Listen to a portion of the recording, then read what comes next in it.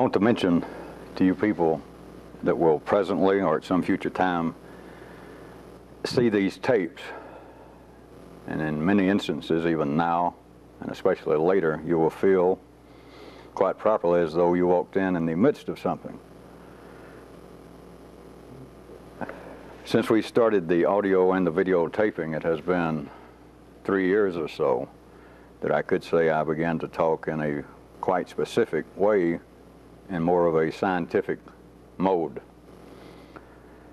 But as of late, I have attempted to sketch out maps that were even less specific. And so for you people who are not accustomed to it, this little preface is that some of tonight and some of what you may have already seen and heard, I oftentimes now present almost as a rhetorical question. But let me remind any voices you have to the contrary that this is not a debating society, and I am not simply sitting around coming up with strange notions from science fiction books or somewhere and saying, what if? I'm doing it on the basis of what the natural outcome should be for those attracted to this, for those parts of life's body in the research and development department that can find out what neuralizing is, and it begins to reach the point that I can almost plant a seed, or I can almost make a small sketch, maybe starting off with an area that seems to make sense, that we almost seem to be in agreement as to what I'm talking about, and I make a little sketch and apparently point to some direction that no one's ever been there. And then it's up to you, when it begins to operate properly, it's when it begins to be not simply that I told you something that seemed to be extraordinary. It is a filling in of the blank spaces.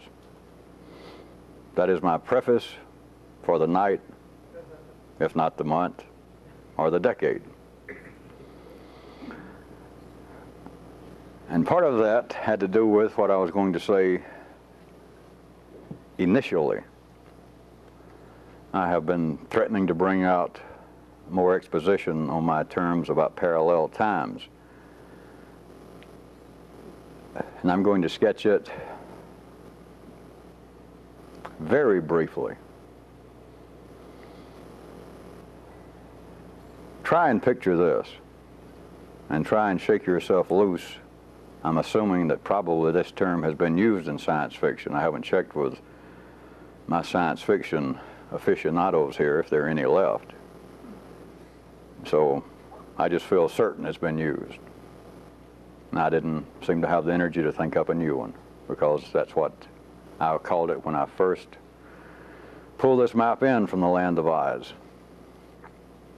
But if you would picture this, that almost as though we were all walking through a gaseous environment that is three-layered. And since we're talking in words, and since words are lineal, then I must, of course, describe it in a particular way while reminding you that it, as me and George Gershwin are wont to say, it ain't necessarily so. But if you would picture, starting from ground up, the bottom of the mines of the red department, all the way up as high as your little head will go. If you will picture that it is cut into 3 levels, but these 3 levels, understand, can move omnidirectionally. That all 3 are going in any possible direction they want to. And also, as some gases would do, they do overlap. It is not simply that level 1 comes up here and immediately stops, and level 2 starts and comes to a very pristine area wherein level 3 commences and number 2 comes to an abrupt halt. They do overlap. But this is a fair representation, as flawed as it may be. But after all, if you would picture it in this way, to start with, so that you can use it. If you pictured that the bottom layer of time was very close to some notion of the red department, of the red circuit, speaking of time itself, the past, then this middle level, if you would picture it, I assume you're all ahead of me by now, if you would picture it as being more related to the blue circuit. Even what would seem to be, even though I think, mathematically, if not otherwise, proven to you conclusively there is no absolute right now, but would appear to be contemporaneous times. Then the higher circuit would appear to be that, the higher level would apparently be that which would be the future compared to the other two, would apparently be the bailiwick of the yellow circuit, where apparently up in the yellow department they can dream, they can plan, they can do sketches, they can do intellectual experiments that are not even necessarily physically possible. And now, if you would picture this, that each and every person is gliding through this. You can't get away from it any more than you can get away from your red circuit, any more than ordinary people can have this quite ordinary idea that I would like to be a mystic. I just feel in my soul that I am destined to have some great spiritual connection with the cosmos, and I could do it a lot better if I were not so filled with lust, if I were not overweight. You cannot escape. On the contrary, people who are properly involved with this by now, even though I keep hammering it on you, you should have some of your own notion that there is no escape from it. On the contrary, if you had anything to be delighted about, assuming that you're still delighted to be involved with this, then likewise you should be delighted with that which made it possible for you to hear any of this, and that is that to a reasonable degree, to an acceptable degree, you are floating through all three without getting too upset by it. That is, I do have my body. I do seem apparently to have flashes of absolute irrational, but my God, what fun, thoughts. And I apparently have these moments wherein I can feel in some way that is not natural, at least for me. I have these moments that I can feel what apparently all the mystical and religious writers have written about, a kind of closeness, a kind of unconditional goodwill toward my fellow man. That would not be possible if it sort of amounts to a kind of time clock wherein you are plugged in on the ordinary level to one of these three levels of time. Now, this is a variation of me pointing out that at the ordinary level, people would either be working predominantly at the red level in the mining and the manufacturing, or some people seem to be working predominantly just by accident in the blue department and others in the yellow department.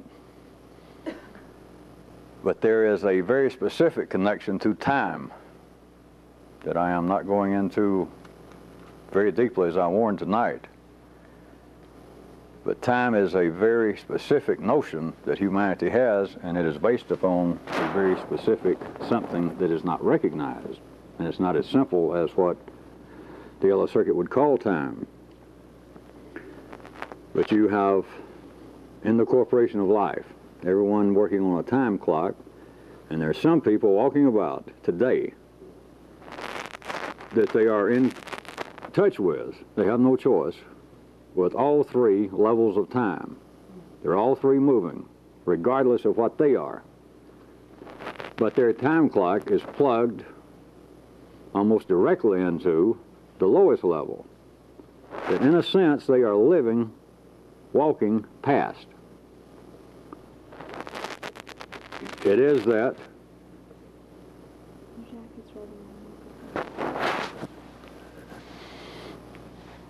that area of humanity that those plugged in their time clock to the higher levels apparently, well, from their viewpoint, see as being reactionary.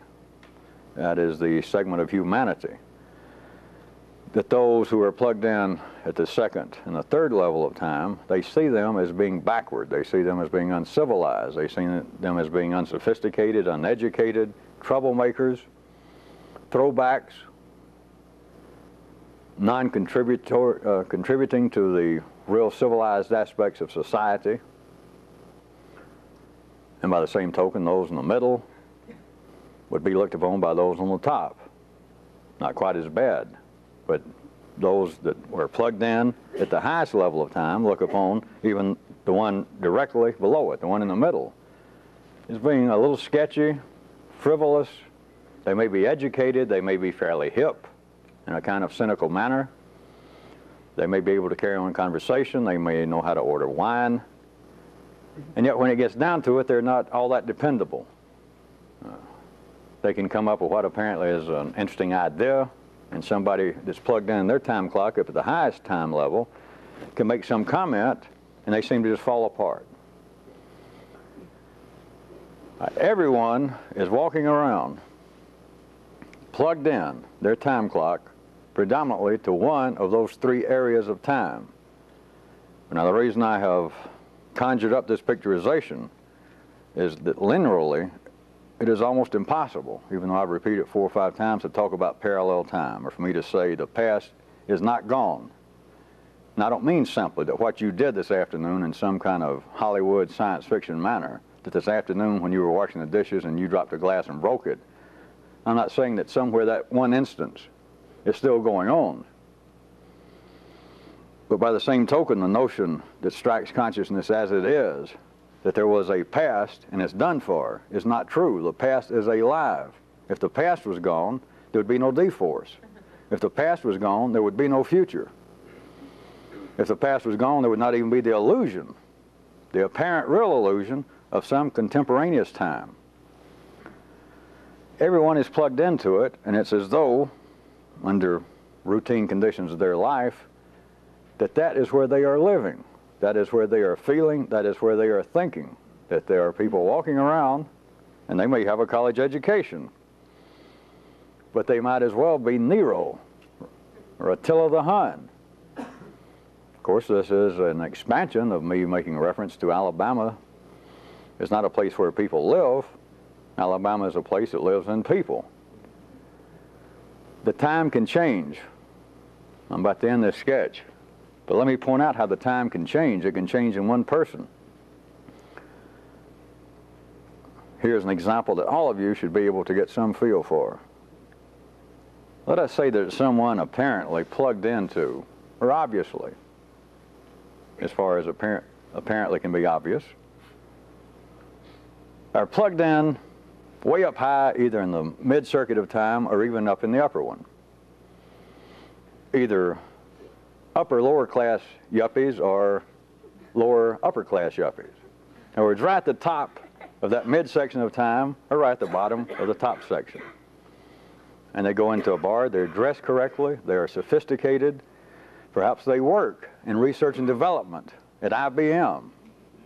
They say the right things, they do not beat their wife. They have, in fact, a lovely wife and 2.3 beautiful children. They live in Westwood or Westchester or Buckhead. They drive a BMW. And they stop into a bar after work where all the nice people go. And the guy's by himself. And he has a couple of drinks. But remember, he is, his whole life, looked at in toto, seems to be operating, let's go ahead and say, at the highest level of time flowing. That is where he seems to be plugged in. And we're not going into any possible psychological ramifications, since there are none, and I don't have time to waste. I've already mentioned the Land of Oz once, and that was enough. But let us say he has a few drinks, and nobody he knows has shown up yet, and he looks over at one of these waitresses. And suddenly it's though, after, say, especially a couple of good drinks, and he's there by himself, that it's like this whole scenario comes back to him that's playing through the circuits that he has periodically, that seems to be the Soto voice speaking louder of why the hell did I get married at 20? Why the hell do I have a wife right now and 2.3 semi-beautiful and wonderful children? What am I locked into this for? And he is suddenly overcome by what is commonly referred to as lust. But then, even his public voice keeps him from making a move on this woman. Or it could be that he feels as though I don't know how to make a move on this kind of woman. She's not operating in my time. To him, she's not my kind of person, and she probably wouldn't like me. At any rate, he orders another drink. Shorten up the story. At least all of you men and 3/4 of you women should hear this. The bartender, somebody turns around a few minutes, and suddenly this guy with some stranger is almost in a fight, and nobody knows why. But he has shifted where he is plugged into time, and he is now plugged into the past. He is plugged in, if I wanted to use psychological descriptions, he is plugged into his past, which remember that doesn't exist in that way, but he is also now plugged into the past of life. But it is not some psychological or psychic phenomenon. Now you could explain it that way, if we wanted to go back and talk in kindergarten terms and say in some way, I could make it up as fast as I can talk. You people know that by now, that there would apparently be some psychological reason in his background that a few drinks brings this back out. He is walking like everyone else in 3 levels of time that are moving simultaneously in all possible directions. And one thing that alcohol can specifically do, and it's one reason that people drink, is it will shift where they're plugged into time. And suddenly this guy is down in the mines. And it doesn't matter that he ever worked in the mines. The mines exist in him. It doesn't matter whether he's ever been to Alabama. Alabama's right here in his nervous system. It doesn't matter whether in his particular past he was ever been the type that tried to pick up this type of woman, whether he was the type to ever hang around bars and get into fights over apparently nothing. None of that matters.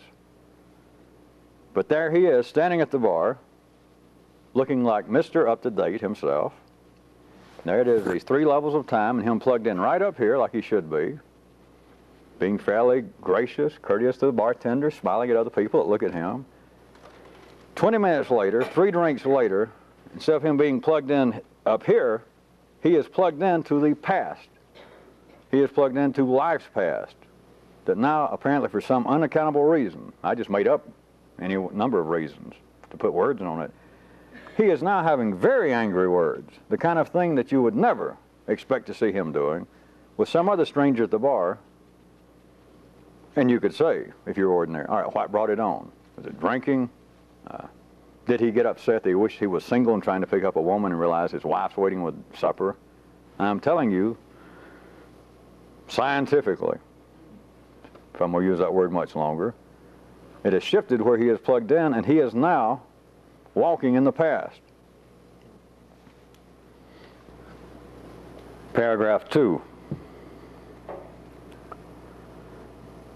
I want you to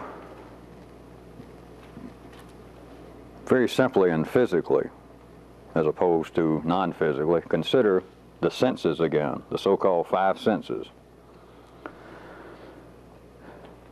And to try and just picture them for a few minutes as what they absolutely are from one view, one description. Is it is the food line between you and life's body. And it's the food line, as I pointed out in some ways, not just physically putting food in your mouth, but for you to operate as a competent, as a full human being, a so-called conscious human being, is beyond, of course, this physical food, that you're also in a fuel line. You're in a circulatory, a digestive system in the body of life itself, and you're being fed by 5 senses that I have already run through several times of late.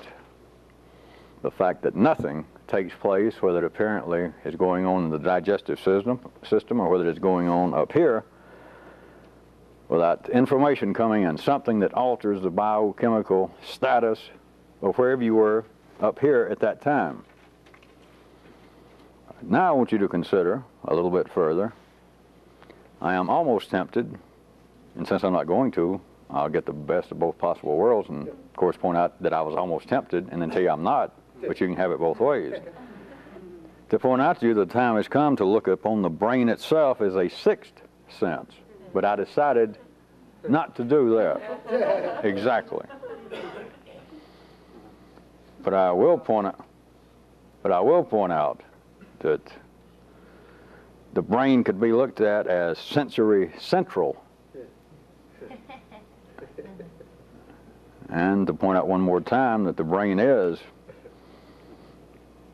as it just unique to man, in that what seems to be the fuel, the food, whether it be turnip greens, or whether it be expressions of admiration, or whether it be a look of great compassion, that without sensory central, without the five senses, which other animals have five senses, more or less, but without the brain operating as a kind of sensory central, man could not do anything other than act. That it is sensory central that makes it possible to think about the actions that the sensory input seems to want to produce.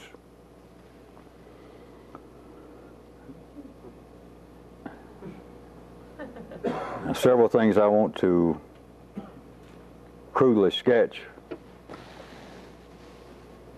for you to pursue.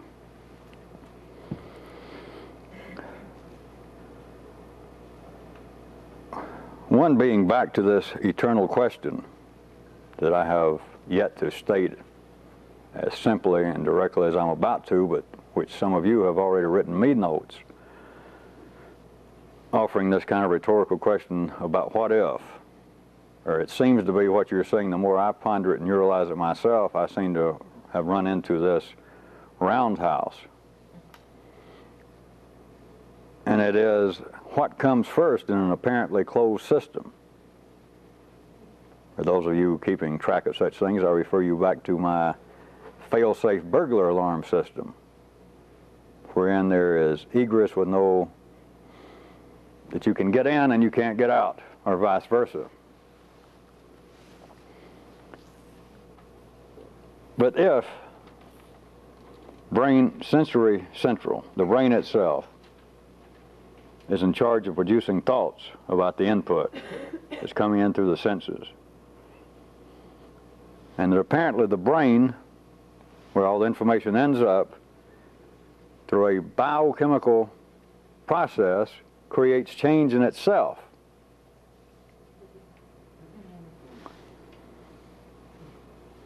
Then you're left with this question that I've already presented to you in a different fashion, but let's get it down to a very no fooling around area.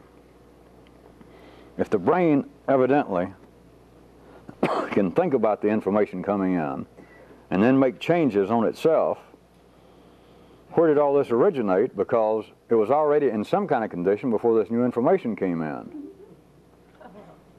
And that as far as ordinary consciousness would reveal it now, assuming that you're not any longer entrapped with the quite ordinary notions of an extrinsic God, of something outside the system, then ordinary consciousness would tell all of you, I know some of you are trying to suspect otherwise and find it, but ordinary consciousness, even based upon what we have been doing and the maps I've been drawing, it still seems to be faced with a closed system. But if that be true, how is any change possible?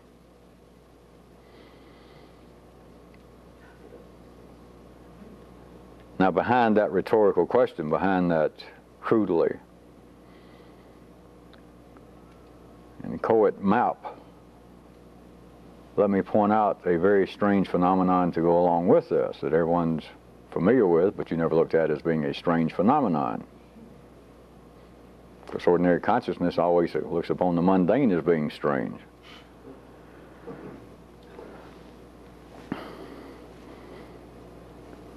But sensory central, the brain itself, can apparently reverse the flow of food. And this is quite exceptional. That every other creature, and including us, did we not have sensory central, the information would come in through the senses and that which was appropriate to the continued well-being of this organism, us, assuming it was your destiny to live another day, it would respond in an appropriate manner. All circuits, the senses would take in all information that was pertinent. You would not hear sounds that were potential dangers to you. Out of a cornucopia of noises, you would only hear that which would be a threat to you. Out of taste, you would only in some way stumble on bushes and trees, and you would only taste, and it would seem to be pleasant and satisfying that which is nutritious and non-fatal to you. There would seem to be, again, we're jumping in arbitrarily as we must in this apparently closed system, and saying, all right, the information seems to be flowing from without, coming in through the senses, and making the organism respond in action. And then when you add the brain, when you have extended the nervous system to the point it is in man, the strange phenomenon is that based upon what I'm describing, which an ordinary biologist, physiologist, an ordinary person can find no fault with it, that apparently that's what's happening is information flows in here and I in some way analyze it for my own benefit the best I can, and then I respond in the most profitable manner. But it would seem to be an absolute one-way street, but this thing can apparently reverse the flow. E.g., apparently the biochemical factory, especially at the red level, seems to be entertaining no notions of food consumption. And you can be looking through a magazine, and there through a process of ink on paper is this double-layered pizza. And apparently the brain can reverse this flow and send down information. You become hungry. Or jumping in arbitrarily again. Apparently you can be sitting around doing nothing and suddenly begin to have erotic thoughts that seem to be triggered up here. Maybe you just suddenly see a picture of a naked woman, or just a woman walks by on the beach and you're minding your own business, and suddenly, boy, are you lusty. But apparently the process is run in reverse. That it started up here, the thoughts about action, that the organism apparently through the senses ordinarily was not either hungry, was not erotically inclined, and now a picture of food or a picture of an erotic situation seemed to have started in the brain and gone backwards.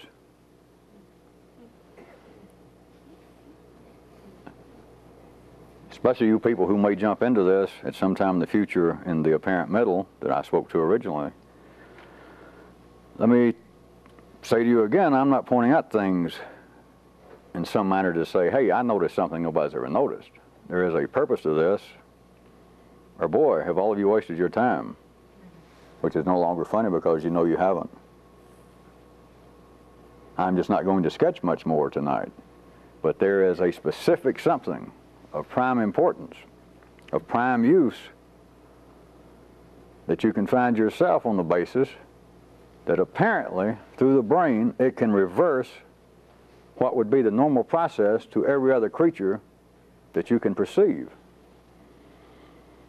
Do it apparently, if you know how to do this by now, although as I repeat it's literally impossible, but if in some way you could still be conscious of everything you know, and then in some way separate the brain from the rest of the nervous system, then you would still be in that position that all information apparently would flow in one direction from the apparent out there into you, and the system is wired up already when you're born in such a way as that you respond in a manner appropriate to your time and place and your organism. And yet once the nervous system gets to the point of producing a brain up here, it apparently can reverse the flow.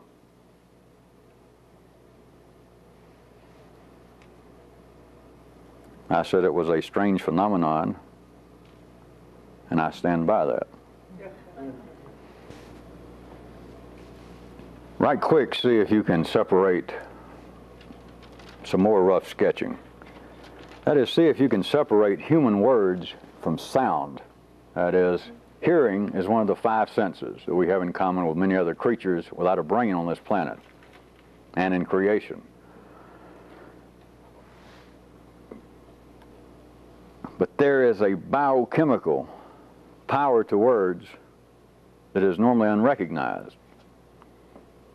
It is sort of interesting for those of you who still like coincidences that at least two of you here and in some other cities have dropped me notes over the last several months that you had stumbled across in your reading somewhere. It was a psychologist, I assume, somewhere had come up with a fairly recent observation that certain words seem to have a very similar effect on people of a different language, that there seemed to be something about the sound. So, just coincidentally, if indeed they are observing such as that, it's not surprising, but I was about to point to something getting beyond a cursory observation and suspicion of that on their part. Now, sound certainly has an effect, that if we were all sitting here and it became relatively still for a second, and we suddenly heard, "Ah!" Or if I just suddenly kicked the podium real loud or I dropped something, the organism is already wired up, assuming we were all sane enough, that you would go, as well you should. That something may be about to jump me. But beyond noise, albeit that the system is wired up to respond in an appropriate, perhaps defensive manner, to frightening, to loud, to unexpected noises, what I very quickly wanted to give a rough sketching of was the fact that words, not sounds, but try and separate it for a second. Trust me, I'm not going to rub your nose in it, but it is two different things. That words are something else. Words would be the natural function if indeed I had wanted to go ahead and say the brain itself is really now a sixth sense, which I did not do, of course. But if I had, then words would have been its meat. I mean, if hearing being one of the senses, then sound is its food.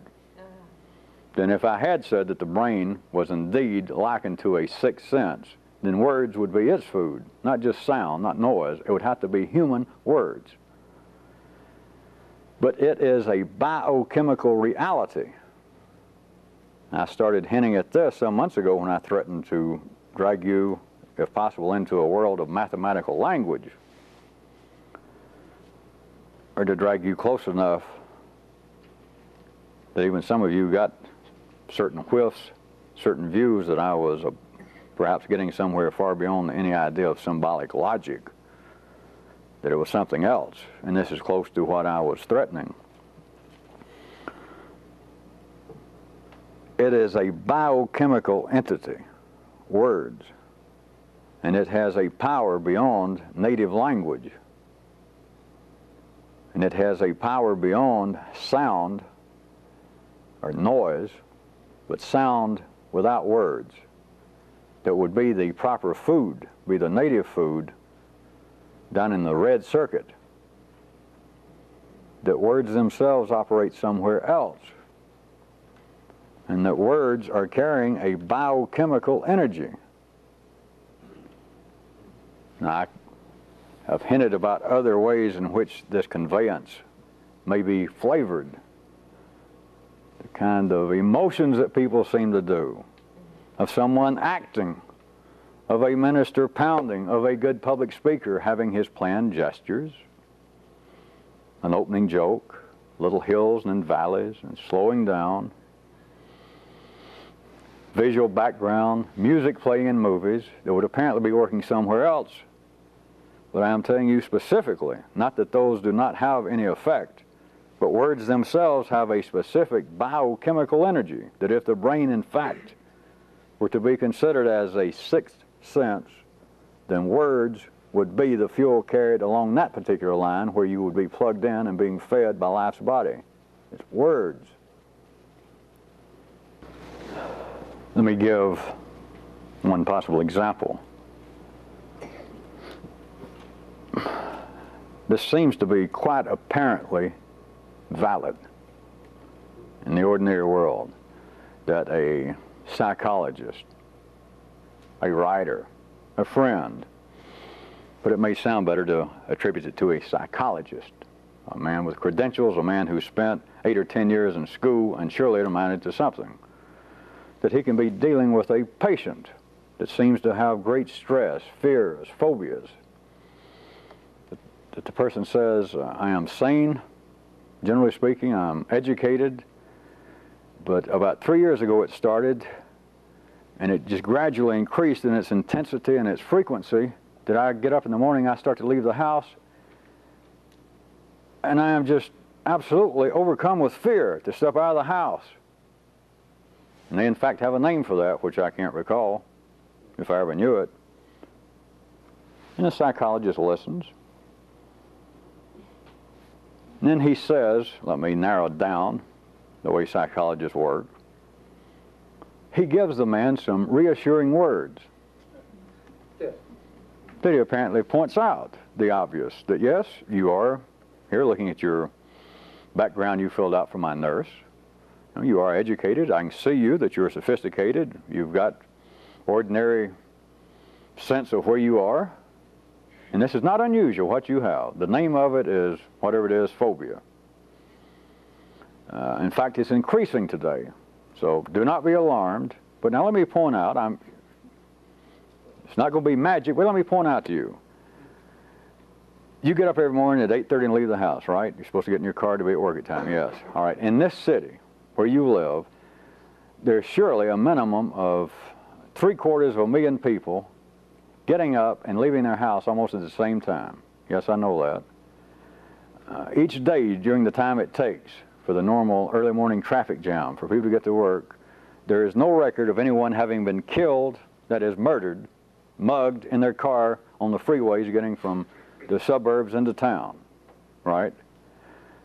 All right, now it's going to, of course, take a while to work out this phobia because it's deep-rooted somewhere in your background and you're unconscious. But let me point out right away, I mean, you came to the right place and you need to continue coming back here to see me. But right now, at least remember this, you have lived, according to this, for 42 years, no stranger, no insane madman has jumped out of the bushes yet and attacked you. Yeah, you're right. If it's the kind of stresses that is affecting modern man, you're not alone. We can certainly deal with it. If it comes to it, I'll give you some medication. But until next week, your time's running out right now, but until next week, just remind yourself that you've never been attacked. Nobody on the freeway, I assure you, there's no record. Do you know of it? No. Of anyone being attacked while in their car. You're right. I feel much better. Thank you, and I'll be back next week. All right. Apparently, this psychologist, as mundane, as unclinical as his words of reassurance were, let us say that the man, the patient, actually, when those few moments were through, did say, I feel a lot better, Doc. I am glad I came here. I'm sure we're going to get somewhere with my treatment by you because, really, right now I feel better. It may not be gone, but I'll be damned if I don't feel better right now. I feel a lot better than I did when I walked in here an hour ago. Thanks a lot. All right, forget all notions of psychosomatic, forget all notions about psychological traumas, but something has happened, and this goes on constantly. Not just in psychologist's office, you are a part of this kind of dance going on. With this example, something has happened and it was biochemical. That psychologist, jumping back in arbitrarily into the flow of life, that we're starting there, the psychologist listened to this and then said some words that seemed to assure this person. And the person indeed, let us say, seemed assured and said, I feel better. And indeed, he did feel better if we could objectively judge that. What has happened is those words went through the air, got in here, and created a biochemical alteration of their previous status quo, if we could identify whatever seemed to be affecting his fear of going out of the house in open spaces. But the words that seemed to arise in the psychologist came from the same biochemical floodplain that produced apparently this feeling of stress and fear in the patient. And in fact, the words, all those words were in the patient's vocabulary. The patient had heard those words before. The patient's wife had said those words before. that everything that seemed to be transmitted in words were in fact a native part of the patient's biochemical floodplain. It was already there. What happened?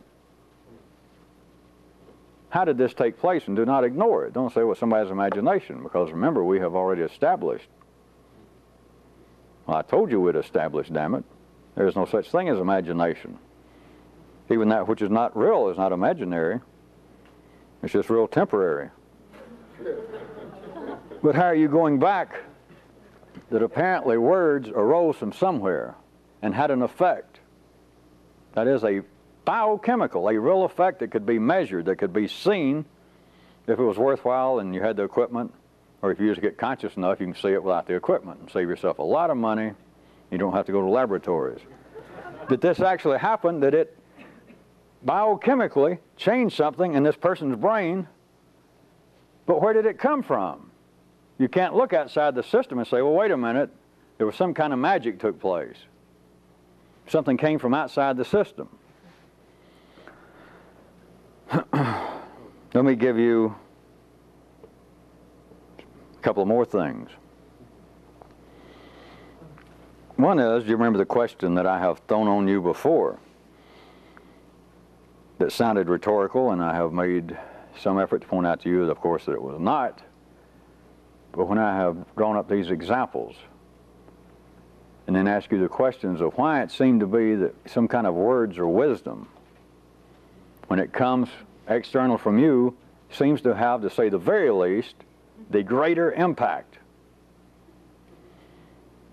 My historic example, the POWs that survived the torture, the humiliation, the starvation, by remembering, by saying later, the only thing that saved me was remembering General so-and-so's words to us when I graduated from West Point, that it's better to die as a man than to live as a cowardly dog. And I've asked you, why does it seem to have that power? And everyone always says this, because it came from somewhere else. Nobody ever says, well, they started torturing me, and they said, we'll torture you for an hour, and then we're going to send you back to your cell the first day and give you time to reflect upon what's in store for you. And so I went back and I reflected, and at first, parts of my body said, hey, tell those folks anything they want to know. But then I suddenly thought to myself, in fact, I said to myself, listen, I see what's in store for me, but listen to me, it's better to go ahead and die like a real man than to be allowed to live like a cowardly dog. Gee, I like that. Okay, bring on the torture.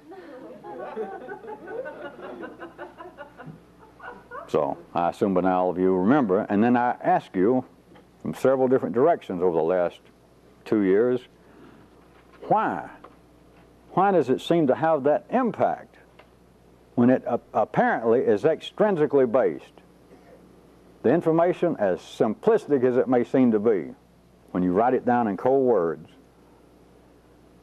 why is it lacking in power when it seems, or when you ask the question, why can it not be apparently intrinsically? Why can't it be produced by the individual? Comma. I was going to attempt to expand it in a very sketchy manner. That's what we're back to.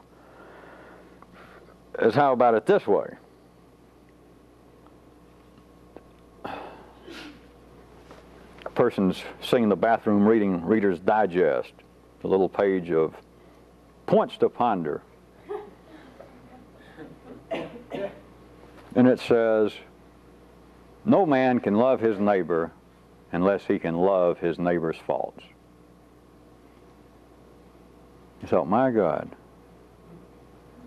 You tear out the page, where it gets itself burned almost into permanent memory.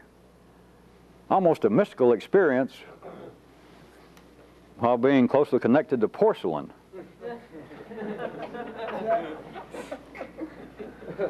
Maybe that would be a mystical experience thanks to the Crane Corporation or the Nolan Corporation. At any rate,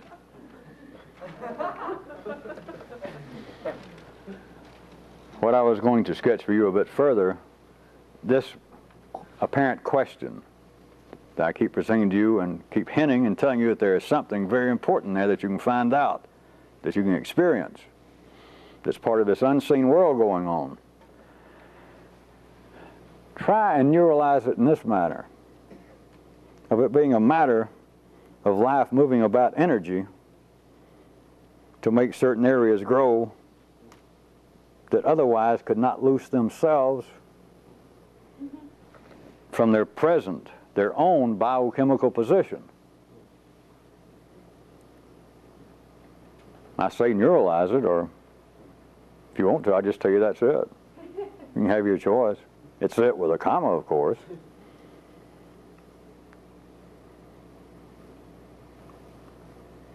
Well, I'm not satisfied. Not enough people even heard a word of that.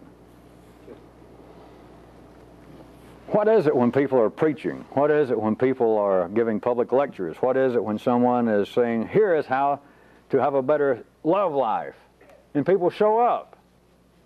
And nobody says, wait a minute, tell me all about your love life. I mean, tell me all about it. It seems to be wired up that if you look in the paper and it says, lecture on how to have a better love life, and something seems to respond to you and it says, Dr. So-and-so, you never heard of him. $5 tonight, such and such theater, and you show up. And perhaps you hear, perhaps you take notes, and you leave feeling as though $5 was a bargain. I got such good ideas, this was a meaningful thing. A biochemical change is taking place in me within 2 hours. I'm delighted I accidentally saw that ad. And you go back and look, or somebody else come along and look and say, well, you know, that's nothing. I'm not saying it's wrong, but it says all this stuff about you must treat your mate as you would treat yourself. You must not continue to pick on someone else's faults as long as you have any faults. You say, well, yeah, but damn, I mean, I don't know, I'd have never thought about that. Life is moving around energy within itself and making certain areas grow. In this example, the person I'm talking about that went to the lecture, they would have never loosed themselves. They're already wired up to be in a certain position, biochemically, and they could have never loosed themselves.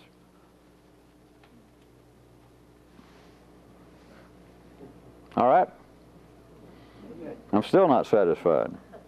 Why is there arguing? Why is there debate? Why are there conflicting views? I wasn't going to get this crude because this is another area, really. Move energy around. Humanity keeps talking about the truth. Would-be mystics. I want to find the truth. All right, if there is the truth, then why the hell can't somebody find it and say, all right, here it is, and tell everybody else? You know, this long line of religious prophets, these heroes, that seem that now, after the fact, people say, well, you know, Moses knew it all. He may not have told everybody. Or Buddha, hey, look at that face, look at those statues. He knew it. Why do you say so? Why don't you just come out and say the truth? You can't move energy around. I could say I'm still not satisfied, but it doesn't appear to be going much further to do it. All right, I'll do one more. See if this helps. How about the mortal notion of an extrinsic God, or the idea of divine intervention? Prayer. I can talk to gods, and they may come in and change something. But the whole smear of the idea of divine intervention, how about this as a kind of yellow circuit attempt to rationalize, to even camouflage the astounding attempt for man to somehow interfere with what seems to be a closed system.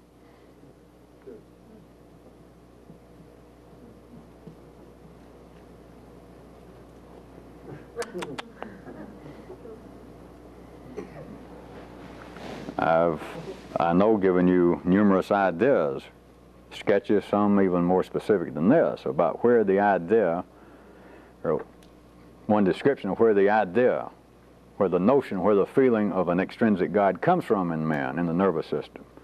But I am now speaking specifically, I hadn't changed the subject that much from the idea of words being a very specific and a very powerful biochemical agent, not just sound, but words, that seems to have a meaning singular to humanity.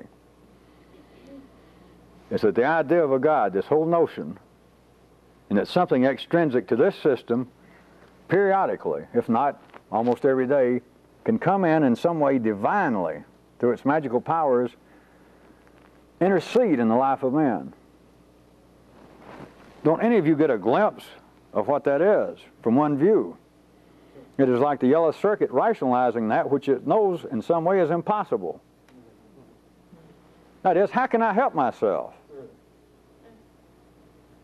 Of course, now remember, ordinary people do not confront it this way. They don't see it as a problem of rationalizing.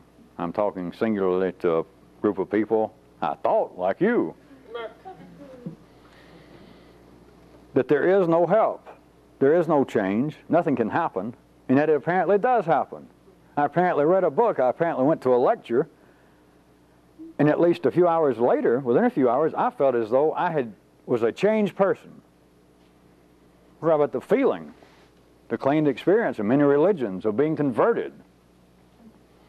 You know, in the Protestant Western religions of being saved, that you seem to repeat words. A minister says, do you believe in this particular God? Will you follow the rules of this church? And do you admit publicly that heretofore you have been nothing but one walking shortcoming? And you say, yes, I do. And they say, praise the gods, praise the spirits. You are now saved. You are now a newborn person. You are not the same as you were. And people say, I can feel it. I can feel it. And they do feel something. Forget about extrinsic gods, forget about gods, period. A biochemical change has taken place, something that is out of the ordinary for them. But what happened? And why has it always been attributed to gods? I used rationalize and I also used camouflage. Neither one seemed to do a great deal of good with you people tonight. Where's the moon? Never mind. The yellow circuit, in some way attempting to explain, attempting to rationalize, attempting to hide the fact that within a seemingly closed system, where can change come from?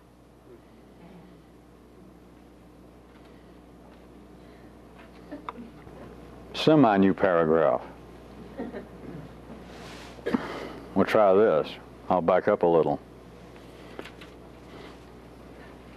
That's kind of a joke because, see, if you tell the ordinary circuits, well, let's back up a minute. It's like saying, hey, we'll make it easier, or wait a minute. It's like, we won't actually get into calculus today. We'll go back to just algebra. Let me make it as kind of another rhetorical, expanded feel about the five senses themselves. Could any of you see how certain functions, just ordinary functions and activities of the organism man, might be most properly, most profitably aligned with certain of the five senses? Withal, apparent problems arise when this situation seems to be ruptured.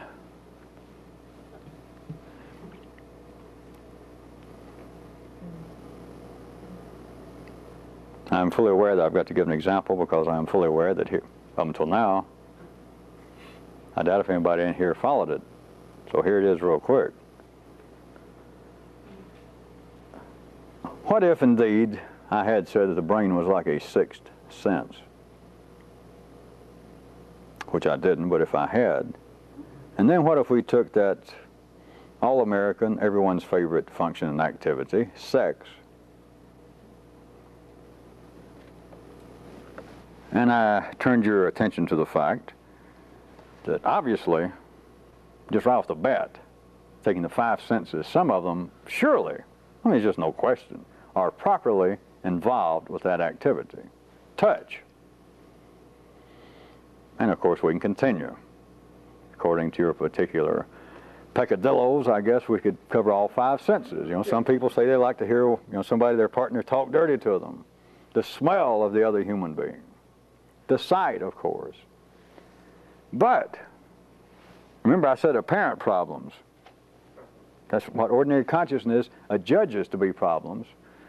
What if now we throw in, if I had said the brain was a sixth sense, and we took the brain, that is thoughts, into sex?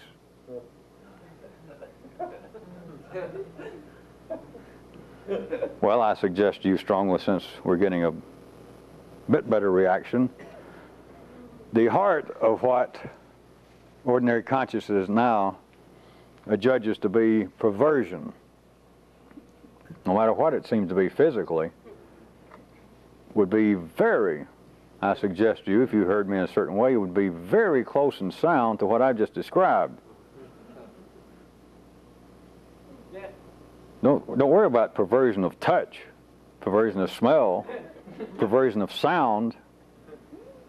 What if, just remember where this semi-new paragraph started, that there are certain functions and activities that just naturally seem to be more properly aligned with certain of the senses, and not always necessarily all five, but would seem to be this particular activity, would seem to be aligned to this particular sense, one or more. And then what seems to be what is so-called apparent problems, including, of course, psychological problems, could be seen as another sense becoming involved with that. All right, I'm going to jump the spectrum.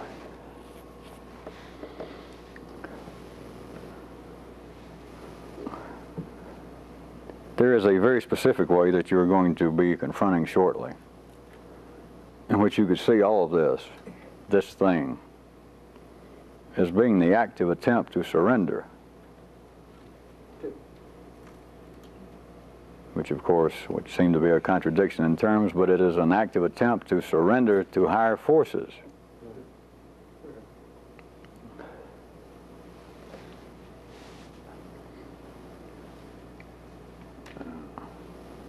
For all of this time, I continue to throw out little asides, if not affronts,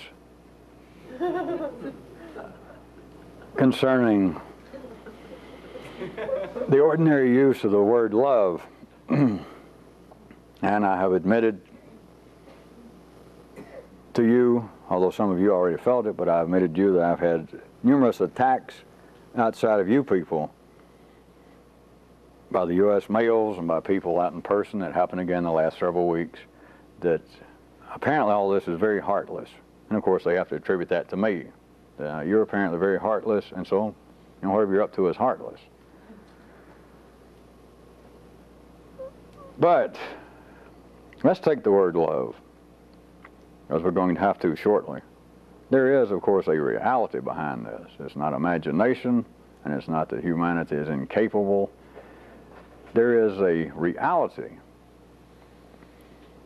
But there was no way to start directly and to go through what I have attempted to drag and direct you through, to start off talking about some form of love. We would have been dealing with the sandy path. We would have been dealing with everything that to some of you I have ridiculed, made fun of, tried to slap you out of, that is, of being worshipful, being tied to me in some way, that I am in some way tied to some great spirit of love, of the gods. In some way you're lucky to have found me.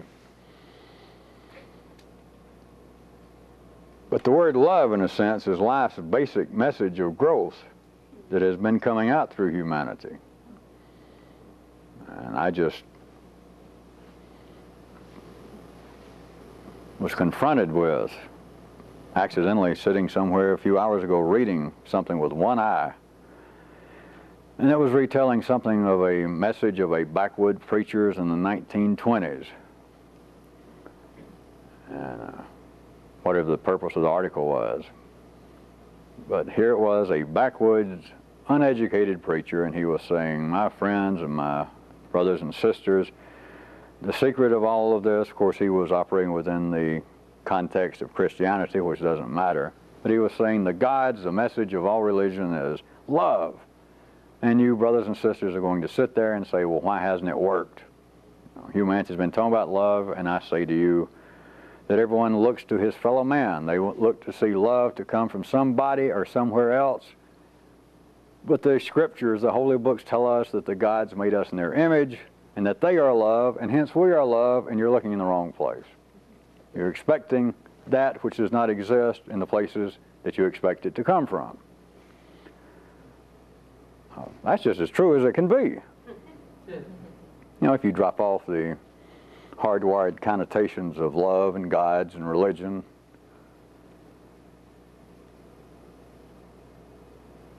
but let me give you a few more definitions or things having to do with love, and this is getting somewhere. I'm not just giving you a timeout, because we're getting closer and closer approaching the sorts of things I have threatened and hinted about.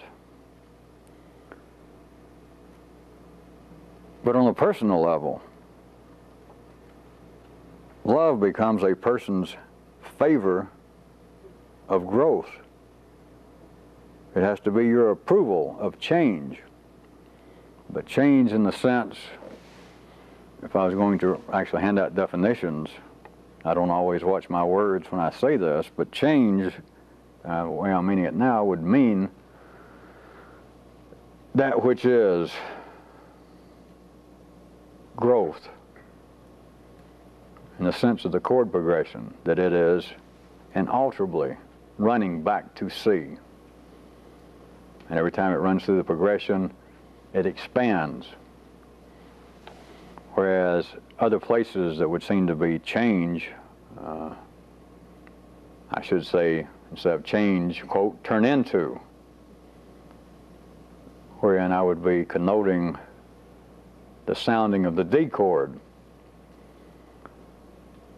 But if you can temporarily try and hold the awareness that love on the individual level would actually be your favoring of change, of growth,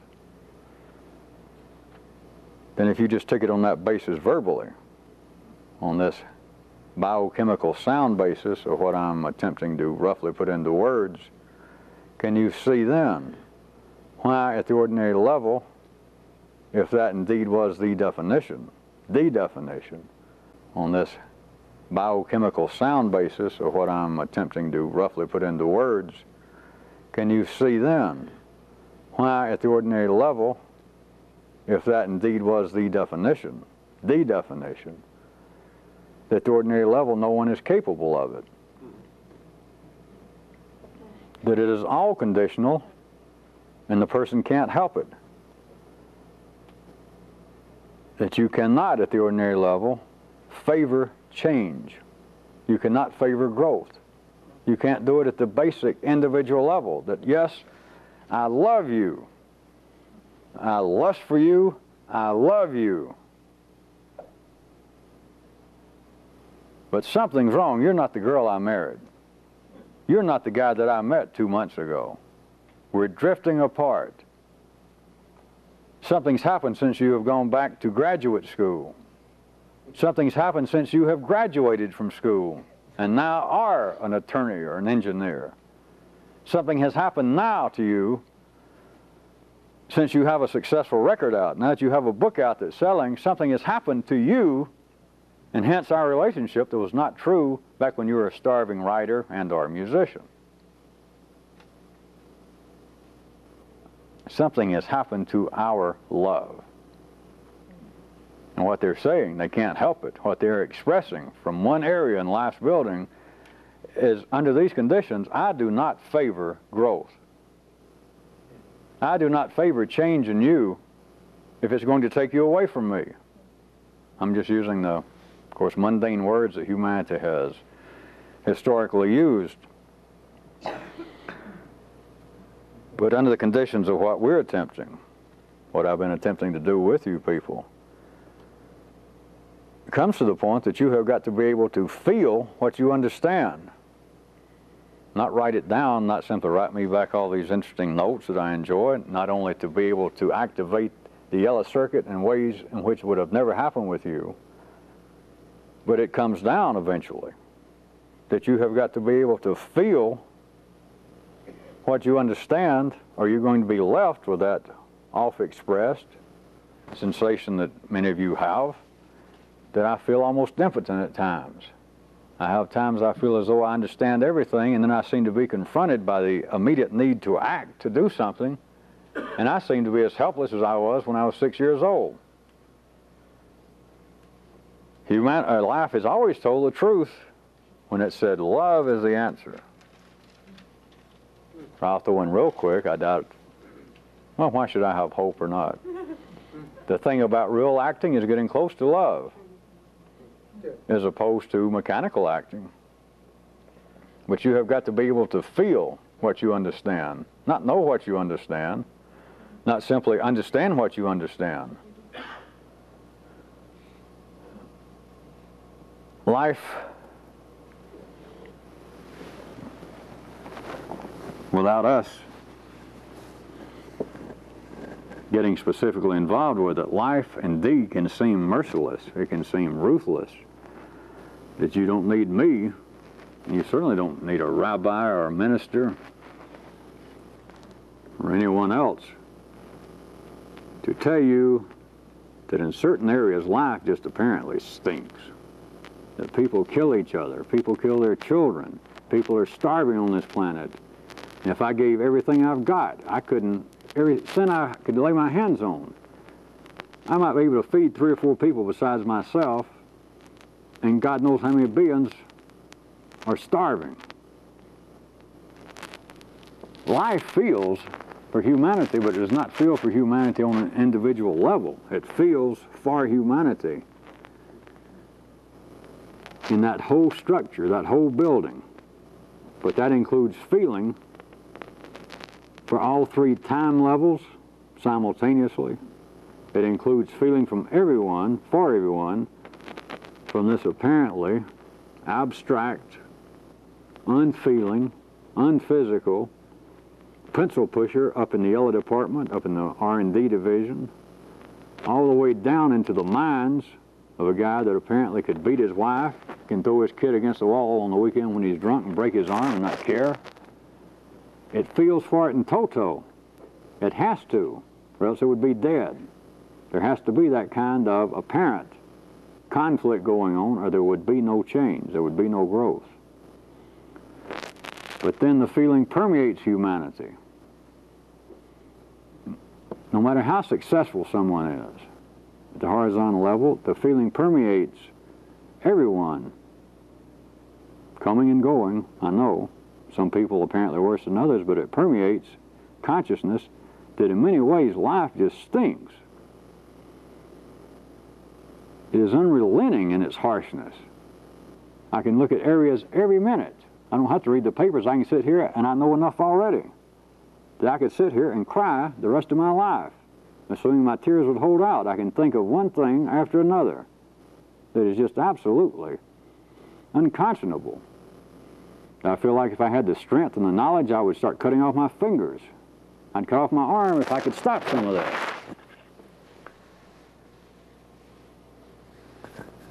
You have got to be able to feel what you understand. You have got to be able, or you have got to be in the position afterwards to favor growth.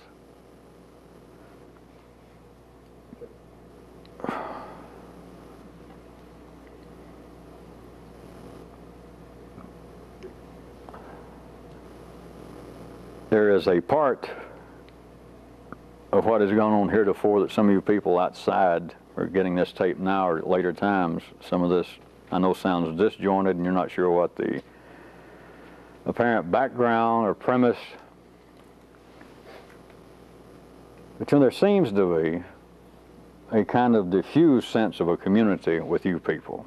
And of course those that are getting this piecemeal right now by tape, and some of you who may pick this up months or years later, it would seem perhaps even more disjointed.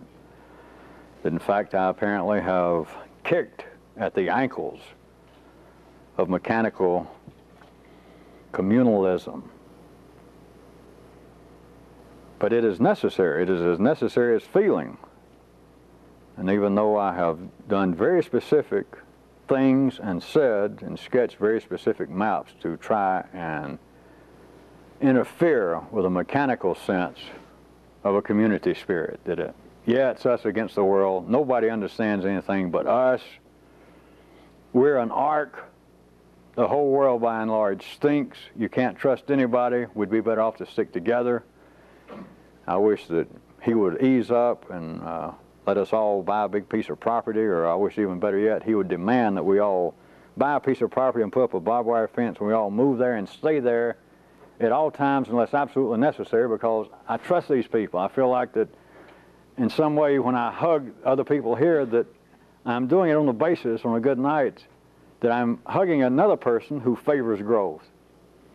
That I may not be mechanically wired originally to where I ever felt any great passion or any great feeling of goodwill toward this person. I don't know why, but I can hug them in a way that I can't even hug my uncle on a good night. Because it's almost as though I can feel that I'm at least hugging another human being that in some way favors growth. But see, it has produced a kind of diffuse feeling. And in these last trips I've made on this loop to other cities, I've still subtly, a little more subtly than I did previously, almost stomp upon their expected feeling of I'm here to raise up some kind of community. That I still, even though many of you have seen a change in what I was doing, but it's still as though I have thrown a certain kind of dash of cold water on any hopes they had of, hey, here I am. And, you know, it's good I showed up, and it's good that all of you people showed up. And we're going to get together here in some way, and I'll come out and visit, or we'll find us a little building, or if there's enough of you, we'll buy a little piece of property, and we'll kind of withdraw. It'll be us, and we can trust each other. Obviously, you get some feeling you can trust me, and we'll all be together, and it'll be more beneficial. And apparently, I just come in and I spit on it to some degree. But it is necessary. But you can't do it mechanically. And I wanted to point out, at least one time very specifically, that it has had a kind of diffusing effect the way I have done it. And not just through the way I have acted, but part of this diffused effect is that I have never directed some kind of worship to a single divinity. You know, whether it be of some old Jehovah or some previously established God or Allah or some spirit, or whether I made up a new one. And without that, you've got this diffused sense of this all may come apart, or it's less than what the feeling would have been in everyone that, yeah, I do feel like more of a community, even with people that I seem to have some natural disaffinity for. I would still trust them. I still feel more at ease with these people that I didn't initially like, and still I wouldn't care to live next door to them maybe.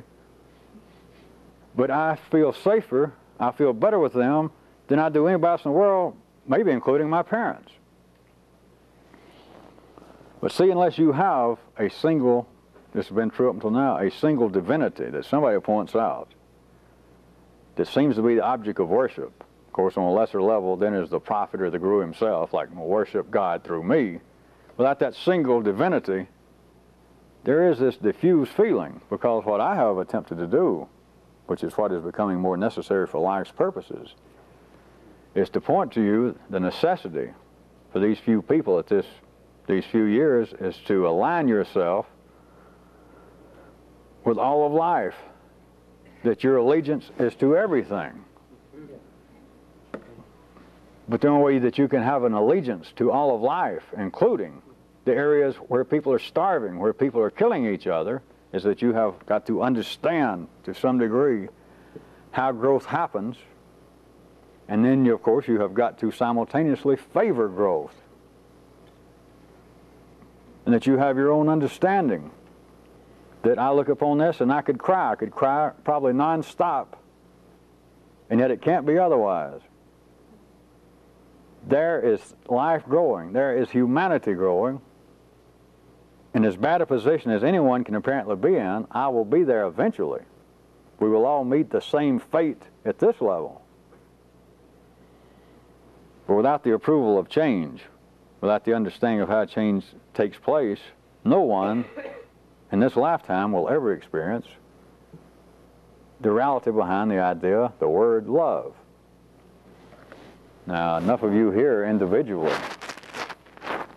have had what I have been referring to normally as moments of seeing, the reality of what people imagine as mystical states. And besides what apparently is this great blossoming, this great ignition of the yellow circuit, wherein, as I still like to say, to wrap it up with a kind of yellow circuit thing, is that fast, you can see and you can understand 3 years of me talking 2 hours a week. That's it. But it's also something else that I have never talked about because I don't like to talk about any of it because of the so-called power of suggestion. Just leave it at that.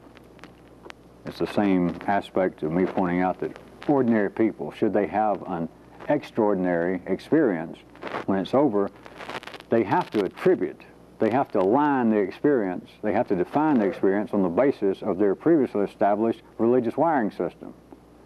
You know, if a Christian takes some new form of dope and has a mystical experience and gets this feeling, gets these kind of temporary insights into the connectedness of everything, into the feeling of oneness with everyone else and everything else, when he comes out of it, he never comes out of it and says, praise be to Jehovah.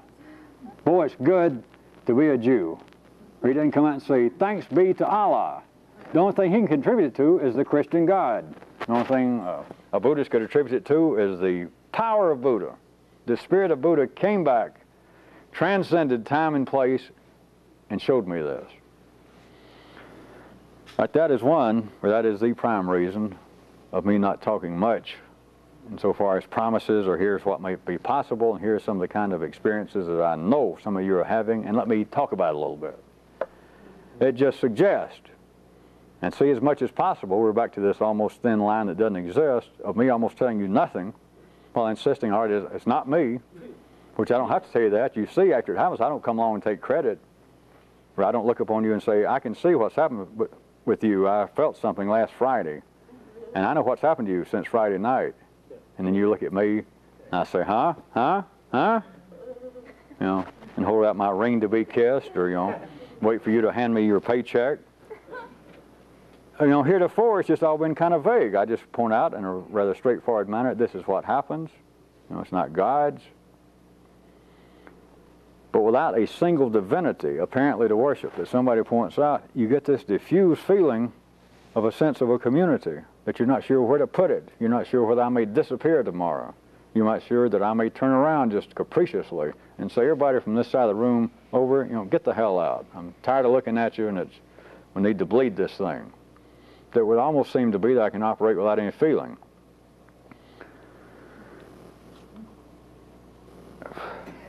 The only way that you can align yourself, which is what, in a sense, I have been attempting to do, that's the closest this has ever come to a religion, is not theoretically, not in some pseudo-philosophical way for me to say, hey, all of life is great and God created it all, even the bad parts. And so therefore, we're in favor of everything. You have got to approve of growth, but you've got to understand what is required for things to grow. It is only then that you can favor growth, not favor the instance of something falling apart, especially another human. Not the instance of people suffering, people being in pain. I don't mean suffering in the sense I say that the difference is, but they are in pain, and there is no way out. You cannot stop it.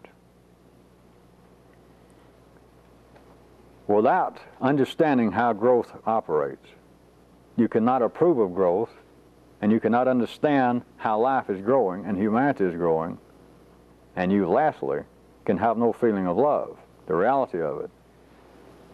But the part I started to mention one little bit, instead of me just giving some little yellow circuit notes about these kind of experiences that almost all of you have had by now, let me go back right quick, and I will put just a few little quick words, because they're not new, they're not astounding, everyone's heard them. But it's not just this flashes of eating up in the yellow circuit, being able to eat it up and then ignite higher levels. then my 3 years of twice or once a week, 2 hours a week talking, it's not just eating that up, it is that feeling that right then, and in most instances this did come up in some way in your new consciousness, there was suddenly a feeling, and without ordinary verbalization you understood this is what everyone has always talked about as love, and I am now it. I am it. I know what it is, and nobody else knows. I've never known. I wasn't even close. Not even close. Not because I went in the wrong direction. I wasn't close, and nobody can be close. That this is like nothing in the world. And you understand what it is. You taste it, you experience it.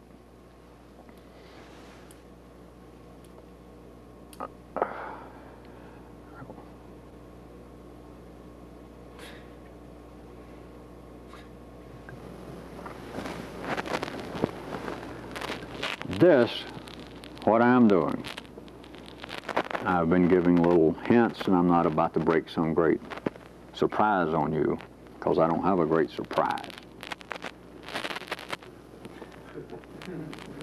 But for this to start moving out publicly, for me to tell you the truth of the kinds of things that I have been doing with you, and particularly what apparently I would do periodically on a more public level, going out to these cities, or apparently beginning to raise potential new groups of people, is at an end. And when it starts going more public, you have to start dealing with the basis of how ordinary consciousness at any given time and place, and of course our given time and place is right now, right here, is that they are always best served by some new variation, by some new addition of love. That is, of some message, some group of people, a community of some group of people that has an understanding of how growth takes place, and hence they can transfer the message and the feeling that we approve of growth. We are not here as critics. We are not here as judges. We are not here to point out your shortcomings. We are not here to point out that you are suffering because of some reason. And it does not, of course, have to be in any way that verbal. They don't even want that. That's not what they need. But the reason there has always been religion, and the reason there have been new religions, the reason that religion seems to continually undergo a process of osmosis within the same so-called religion, is a new generational, or it may take 2 or 3, but a new generational shift of a new message of approval from a new group of people without them understanding it.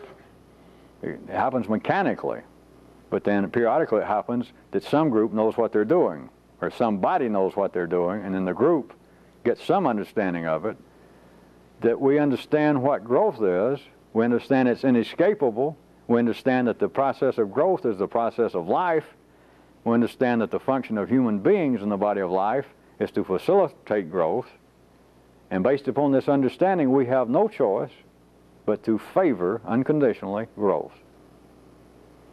And then people feel something. But the context comes out somewhere always around love.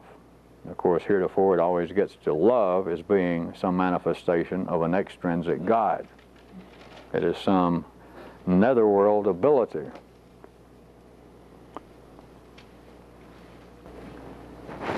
Let me leave you with one thing to neuralize. Some of you pursue this.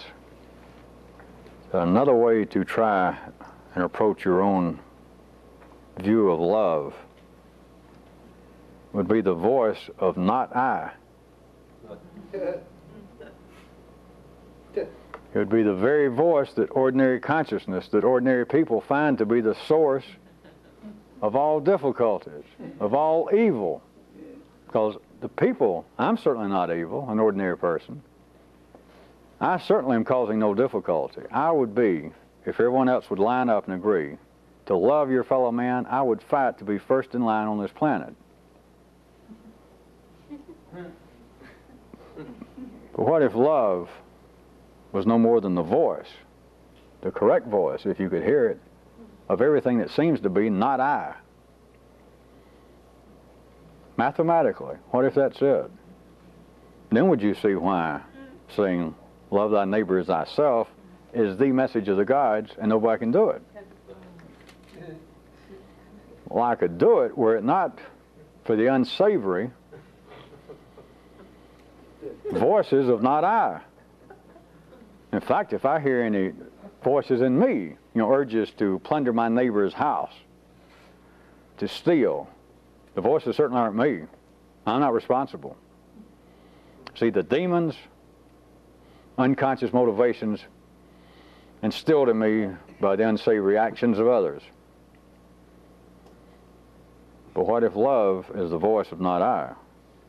Except you've got to understand that there is no difference between I and not I to hear the voice, and hence be in favor of change.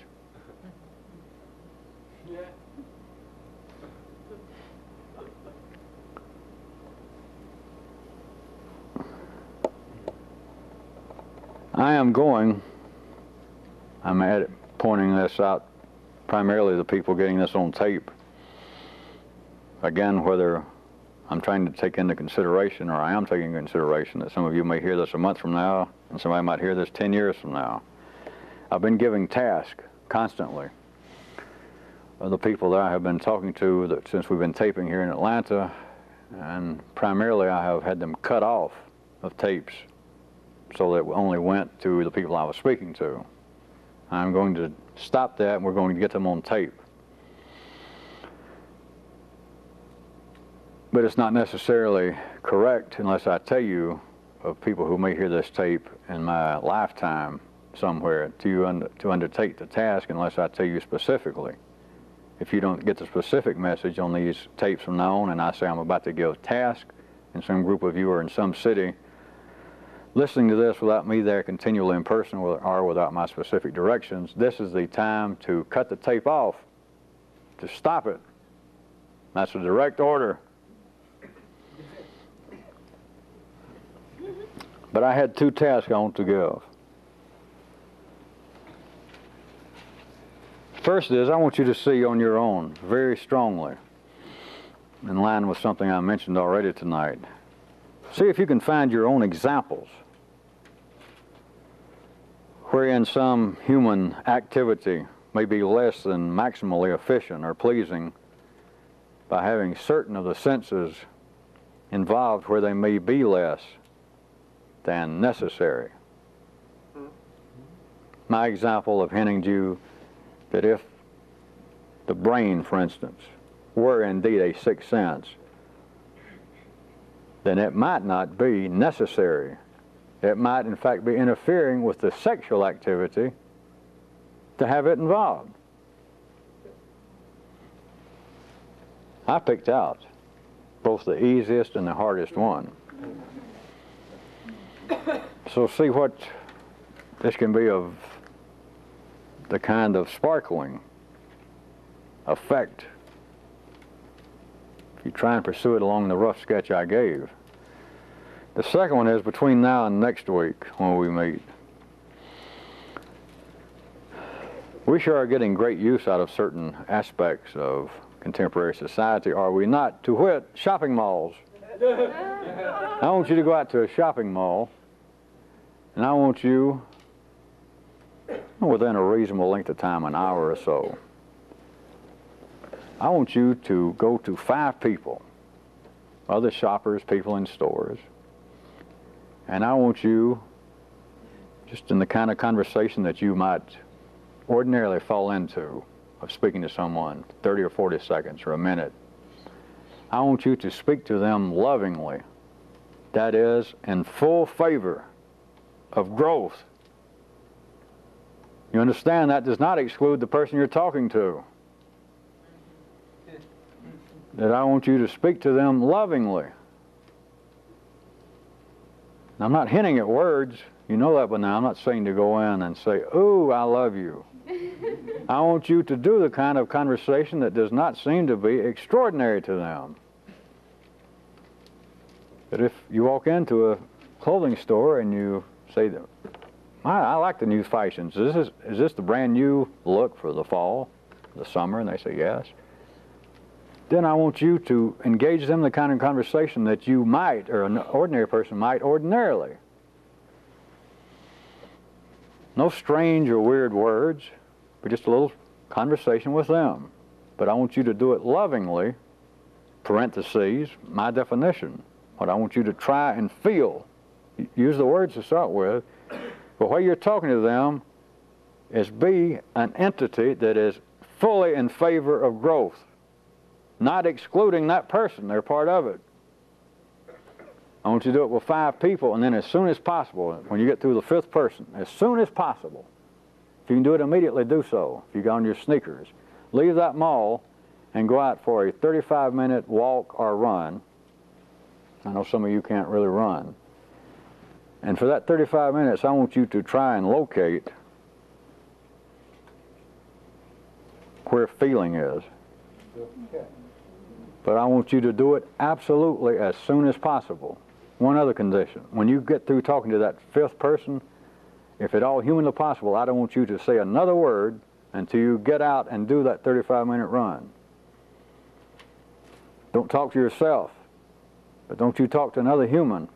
If you can, leave that shopping center right out the door after the 5th person. And if you got a spot to do it, go out and start the run right then. If you got to get in your car and drive somewhere else, do it as soon as possible, immediately. And don't talk.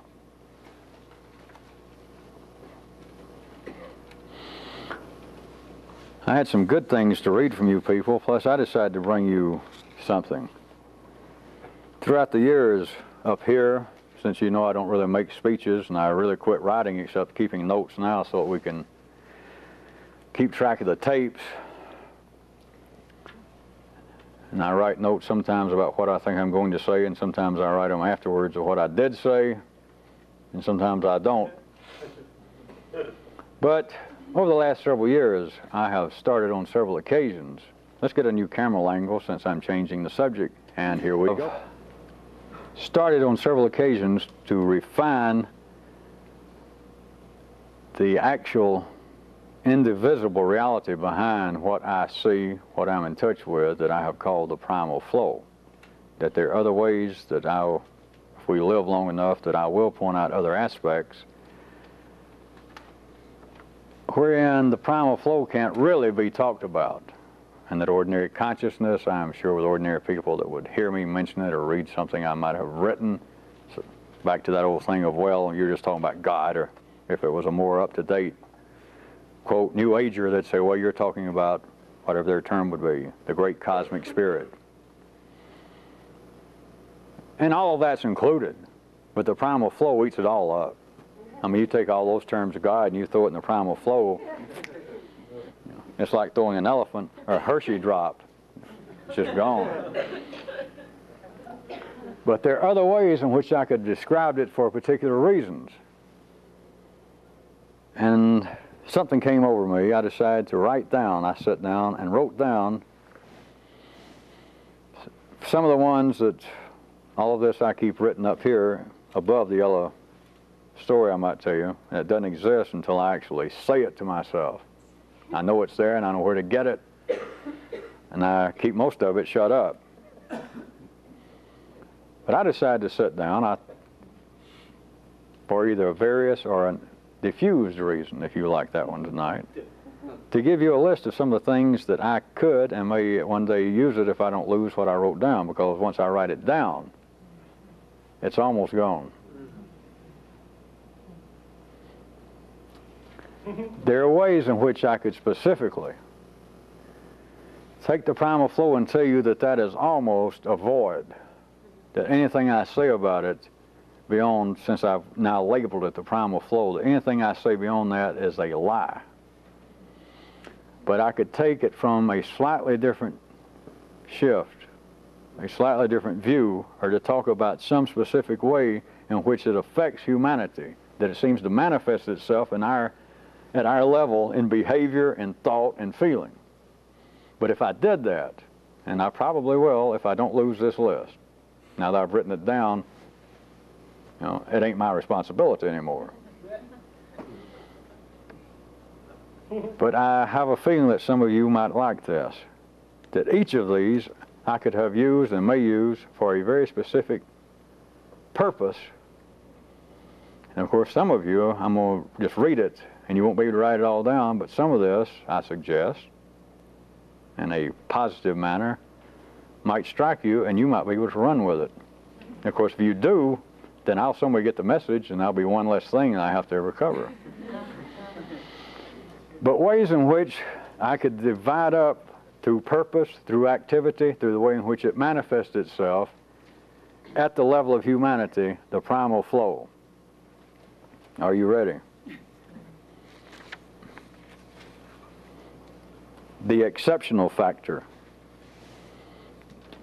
the irresolute principle, the dynamic injunction, the omnifarious mode, the inevitable shift, the inchoate dictum, the uncomfortable precept, the vagrant impulse, the unrestricted program, the unmerciful directive, the unruly medium, the brutal instrument, the ungracious effect, the unheard of impact, the ungovernable energy, the unlikely code, the impolite puissance, the unmitigated exertion, the unnerving experience, the unofficial virility, the unpopular stamina, the unprincipled momentum, the unraveling verve, the unreasonable zeal, the unrelenting pressure, the unrepentant spirit, the unwieldy might, the unseemly ferment, the unsparing intensity, the unsung compulsion, the untrammeled cogency, the unscrupulous thrust, the untidy expansion, and the ever popular unsportsmanlike élan.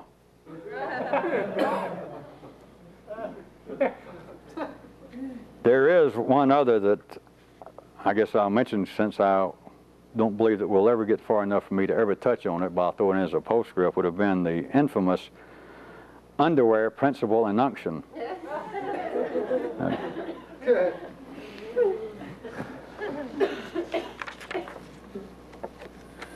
With the tape we got left, I'm going to try and read some of the ones we have, but to make sure I get it in, something else. You people hearing this out in other cities, either now or at some other time, there has been an absolute rule, one of the few apparently physical rules that I have imposed upon everyone that got involved to this, to what I considered to be a serious degree, that I would finally impose upon people here or in other cities, and that was to abandon the eating of all meat. And I did point out, for you people who have never heard it, that it had nothing to do with an ordinary sense of morality, and it was not based upon any religious precept. It had to do with feeding parts of the circuitry that were no longer of any specific value to people that should be involved with this. Now, all of you that have been involved with this have had varying times from 6 months to 3 years or more of being without meat to see that you can live. But now I want to tell you something, because this periodically has arisen and I dealt with it on an individual basis. But now let me say it to everyone. Any of you that gets ill, no rationalizing, no explaining, you find yourself what is just ordinarily referred to as physically ill. If any of you get a message that I sure would, it just feels like I'm about to die to eat meat, is do so. I've just done this individually, but I'm telling you, is do it, because it is not unexpected whatsoever, because it's already happened, and some of you people got the message clear enough to ask me, and was it something strange, or were you hallucinating? It's been all this time. It is not unusual to have problems going on in the red department and it cry out that I would kill for a double cheeseburger. I'm telling you, do it. And now, since all this time has passed, I'm going to tell you something else. We're going to change the condition. If any of you, I just leave it to you, if you really feel like you want to, from now on, I won't limit it to this, once a week, eat some meat.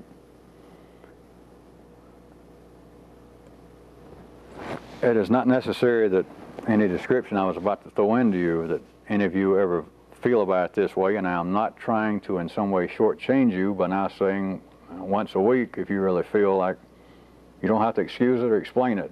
If you want to, do it.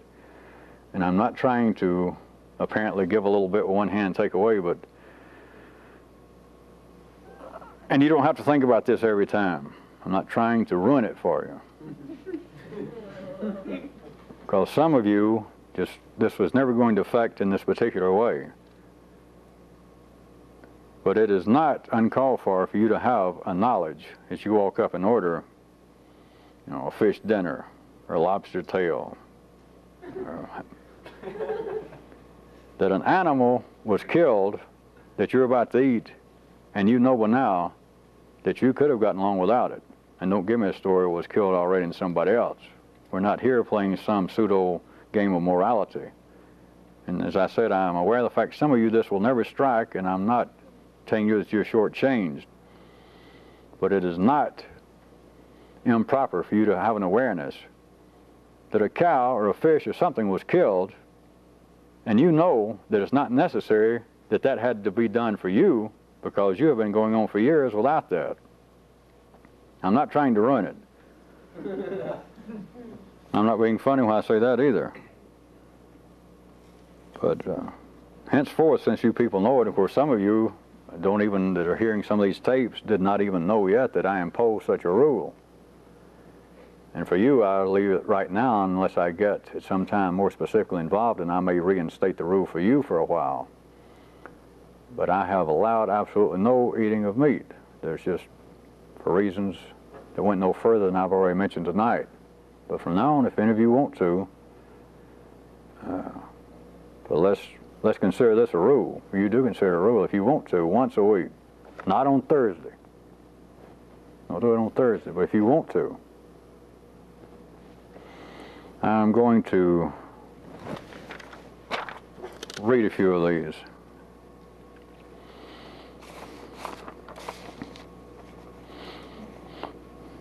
There is something curious about the whole question of submitting questions, they mean to me.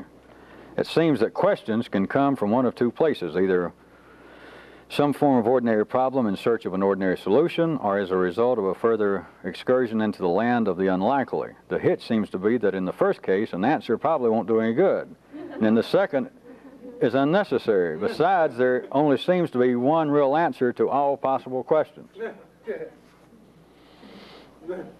Then one, you remember the task of me asking you people to find your own possible responsibilities for the blue, red, and yellow departments in life's corporate building. There were so many good ones, I didn't bring everything, but a couple I made little notes.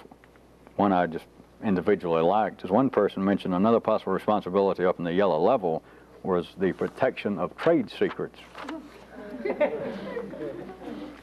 I've got no rationale for you, I enjoy that.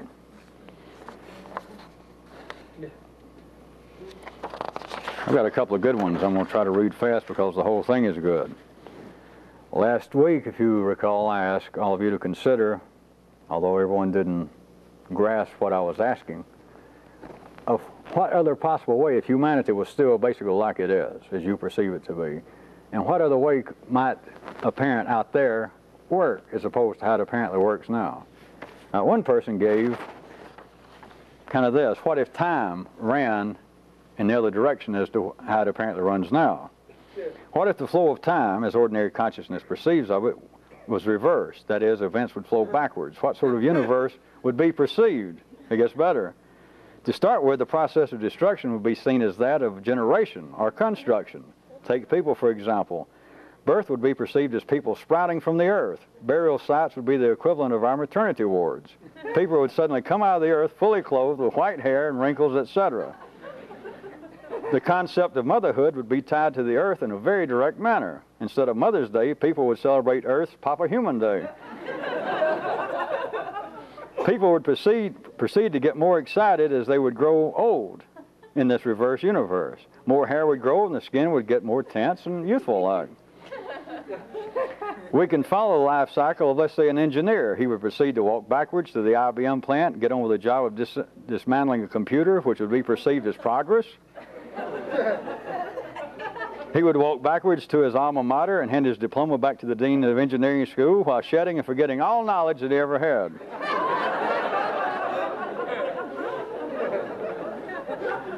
His behavior would become more and more erratic as he would go through what in forward time is known as puberty. This would be seen as a sure sign of impending doom and death. But death would be perceived as a process of becoming simpler and simpler. Eventually our engineer would shrink and lose his capacity to walk backwards. Eventually he'd fall on his knees, begin to crawl around until he disappeared into the body of another human being.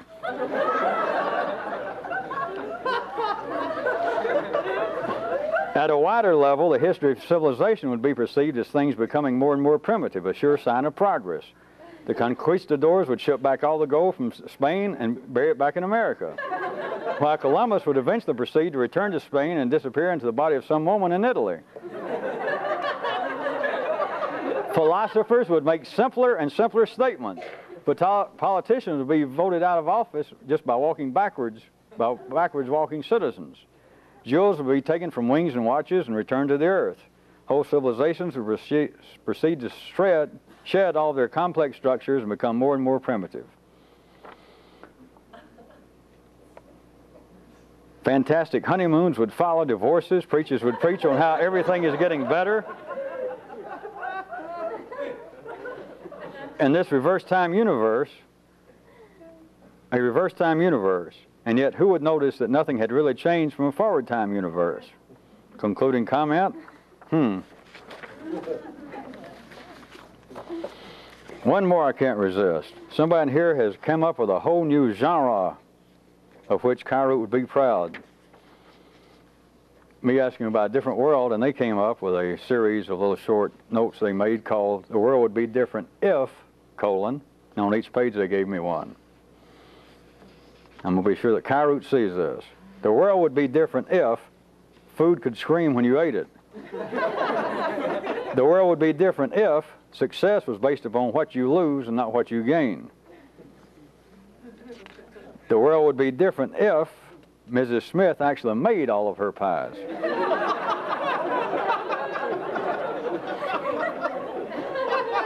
The world would be different if your eyeballs were on your feet and hair grew on the inside of your mouth. The world would be different if there was such a thing as three-way doors. The world would be different if shoes only came in one size. The world would be different if being sexually aroused caused your ears to flap uncontrollably.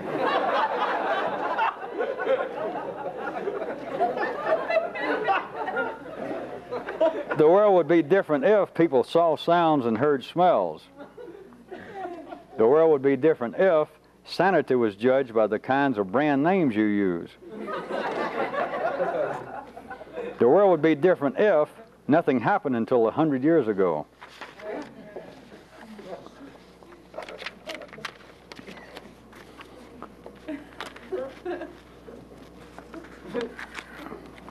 We will cut the tape. And so saying, he did.